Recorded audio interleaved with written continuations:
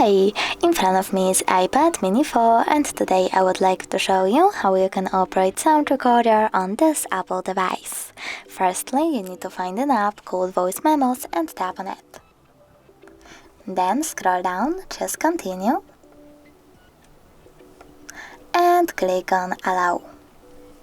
Over here, tap on this red button to start your recording. You can use the same button to pause it or unpause it. If you wish to end your recording, tap on Done over here, and as you can see, mine was successfully created. If you wish to rename it, click on Current Name over here and type wherever you want to.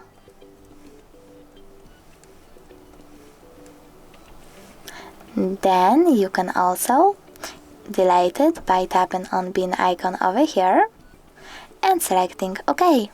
Thanks so much for watching. If you enjoyed this video, smash that like button, comment and definitely subscribe. Bye!